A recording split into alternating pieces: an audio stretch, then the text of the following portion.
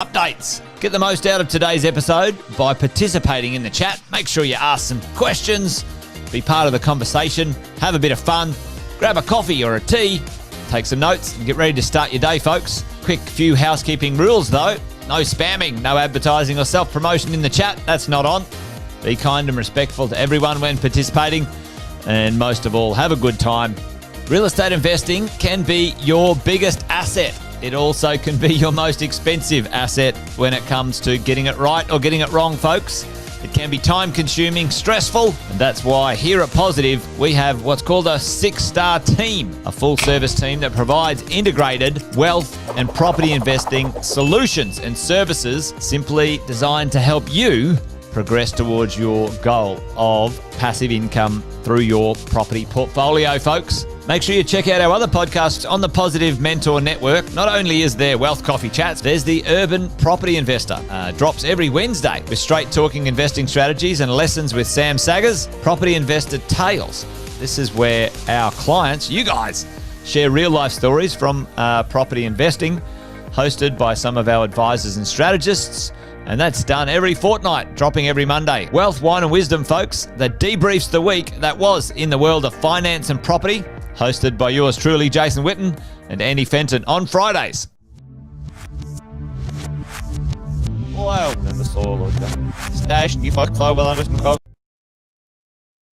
Another Wealth Coffee Chat. Marvellous Monday. Hope you're well, folks, wherever you are. If you think it's Get Rich Quick, you're in the wrong place. This is the wrong podcast. This is the wrong live for you. Welcome to another Wealth Coffee Chat. Hope you're all awesome and well.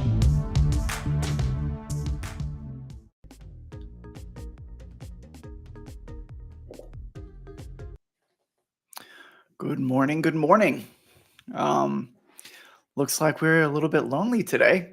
Not too many people have joined in, which is all right. Can understand. It's been Anzac Day. Everybody's probably taking full advantage of the long weekend. However, if you are going to be listening to this on or a recording of this, stay tuned to this. Listen in on this. I think it's super important that we go through what we're going to go through today. And I'll just dive in. And I'm going to be talking about what I have conversations with my clients day in and day out about what's going on in the market. And the question I always get is, when do I need to refinance my mortgage? Do I wait till interest rates drop, or do I throw the dice and find out, well, is this going to be the right position for me to do now? Is this something I need to do now? And there's a few things that people need to be aware of. They need to be looking at the market, what's going on, and making really informed decisions. Just this morning, I went on Domain's house pricings just to see what's going on in the market.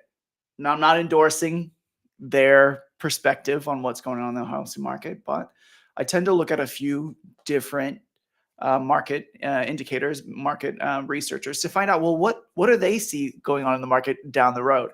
And that helps us as property investors to stay informed, to make good decisions.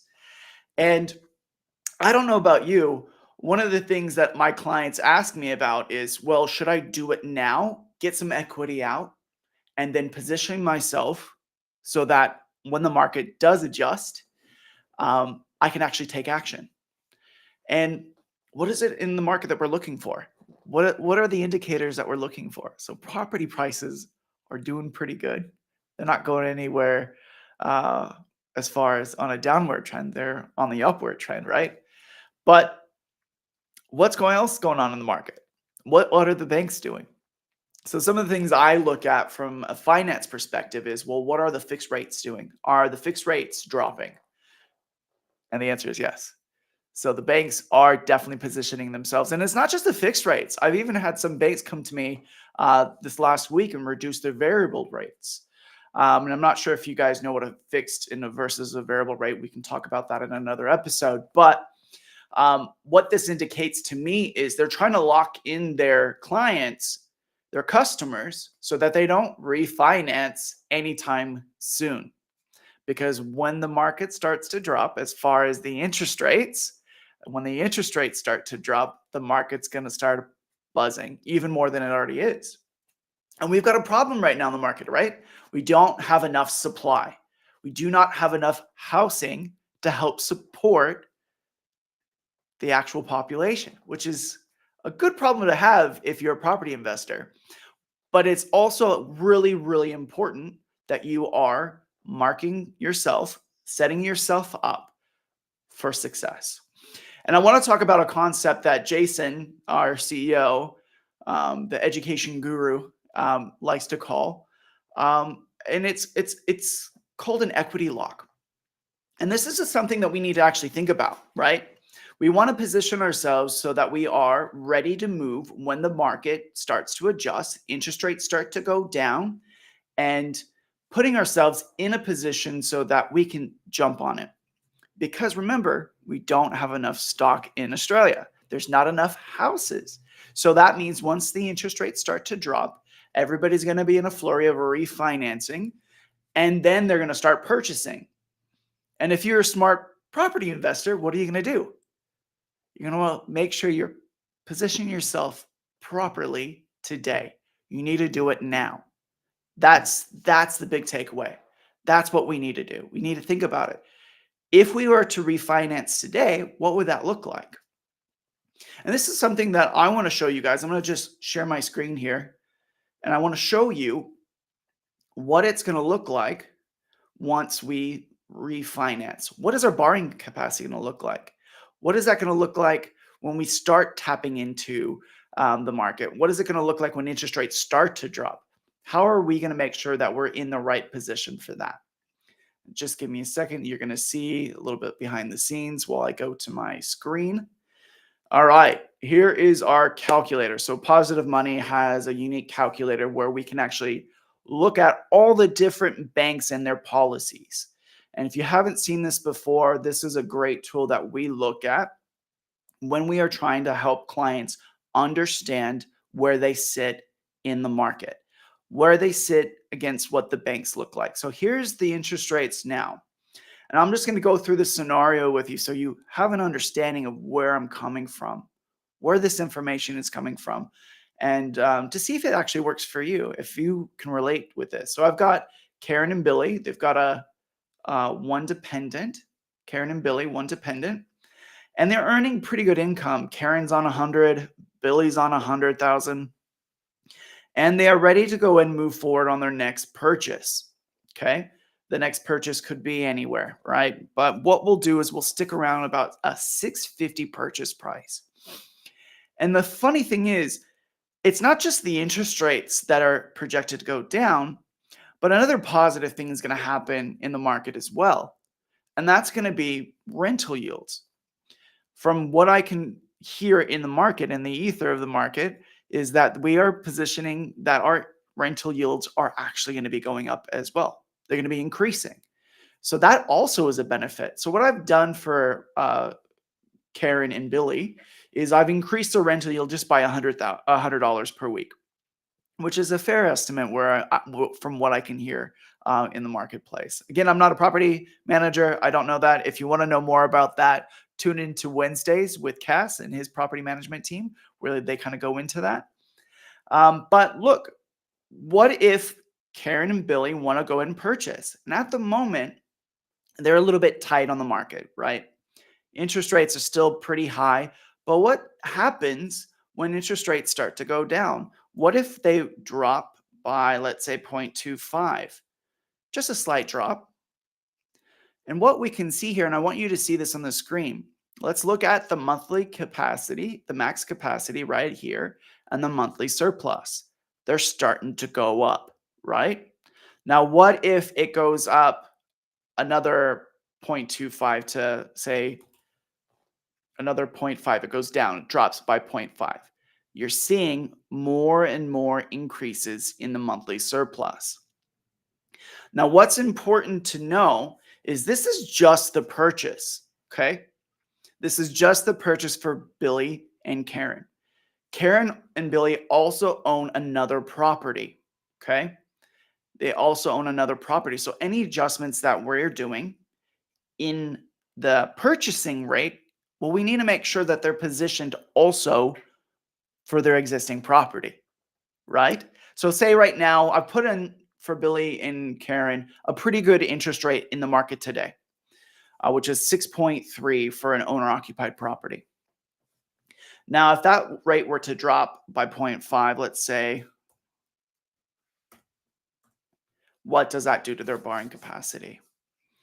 As you can see, increased in borrowing capacity is clearly evident right here by just a drop. Now, this is why it's super important. Now just keep in mind though, guys, this is just reducing the rate. What we also need to keep in mind when we are property investors is a holistic approach. We also need to think about, well, what is our monthly cash flow? How does that impact it? And when we take a look at adjusting the monthly cash as a focus, making sure your monthly cash flow is increasing, we also need to make sure that we're looking at possibly extending your loan out to 30 years. Now, there's some pros and cons with that. And for me as a mortgage broker, I want to make sure that my clients, my customers are informed, that they do know what they're getting into. So anytime we re-extend the mortgage out 30 years, that means you might pay a little bit more interest. However, as property investors, most of the time, what the focus is that monthly cash flow.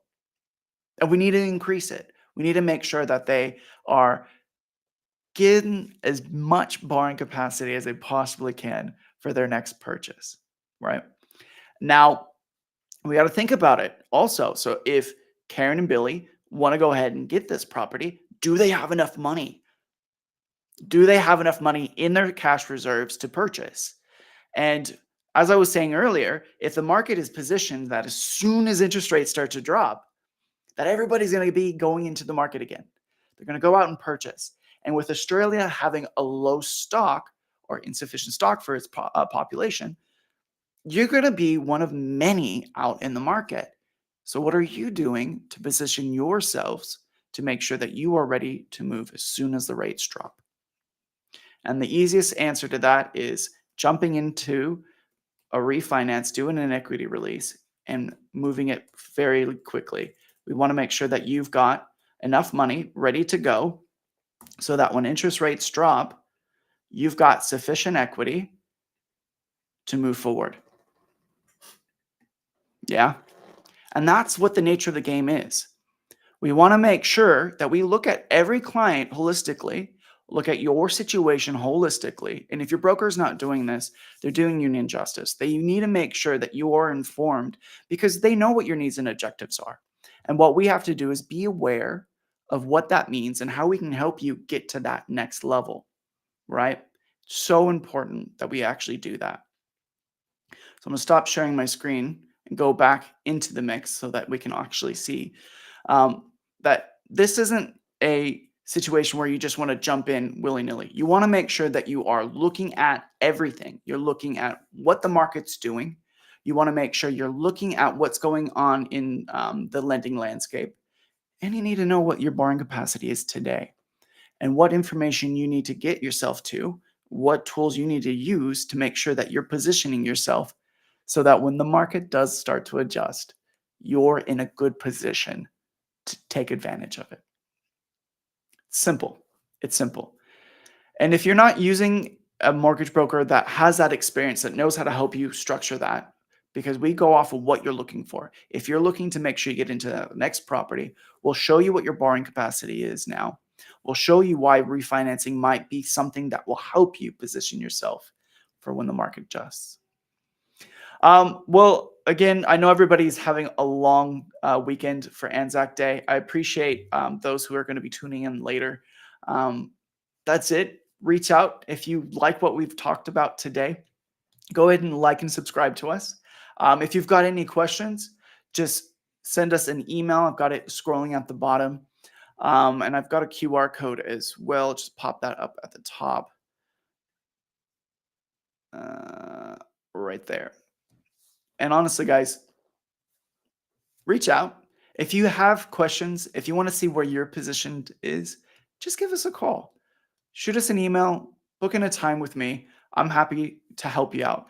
And if you guys want to know more about why refinancing is so important, we'll be issuing out a few links to some webinars that we're going to be doing for the next couple of weeks. I think now is the time, which is what I'm hearing from our clients that they're really ready and wanting to position themselves so when the changes in the market happen, that they're ready to go.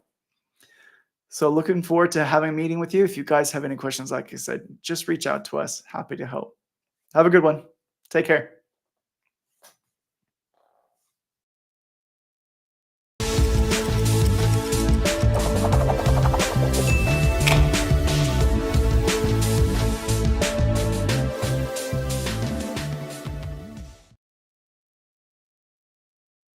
Episode of Wealth Coffee Chat, folks. Make sure you like, subscribe, and turn on your notifications so you never miss a thing when we go live. Improve your portfolio and investing game, folks, with Wealth Coffee Chats live every morning at 8:10 each weekday. Make sure you join us. Previous episodes are also available wherever you get your podcasts, folks, as well as our other podcasts from the 6-Star team here at positivementor.com.au.